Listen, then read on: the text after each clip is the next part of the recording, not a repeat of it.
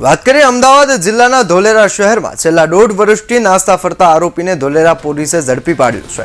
પકડાયેલા આરોપીનું નામ નિકુલભાઈ ઉર્ફે હનુ રમેશભાઈ બારૈયા, રાકેશ ઉર્ફે કાળુ વસંતભાઈ બારૈયા જેઓ વર્ષોથી નાસ્તા ફરતા આરોપી હતા।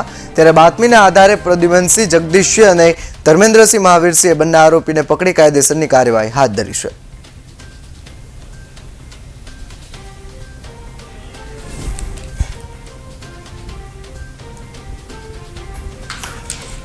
दौड़ वर्षથી नास्ता फरता आरोपीओनी जे छे बातमीना आधारे धरपकड़ कराई छे।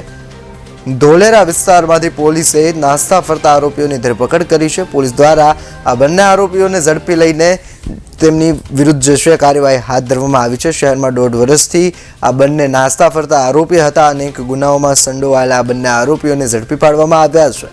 त्यारे पोलीसे जे छे कायदेसરની કાર્યવાહી हाथ धरी छे। नास्ता फरता बंने आरोपी जेनुं नाम निकुलभाई उर्फे हनु रमेशभाई बारैया ने राकेश उर्फे काळु वसंतभाई बारैया जो वर्षोथी नास्ता फरता आरोपी हता। त्यारे बातमीना आधारे पोलीस द्वारा जो कार्यवाही करी अने बंने आरोपीओने झड़पी पाडवामां आव्या छे।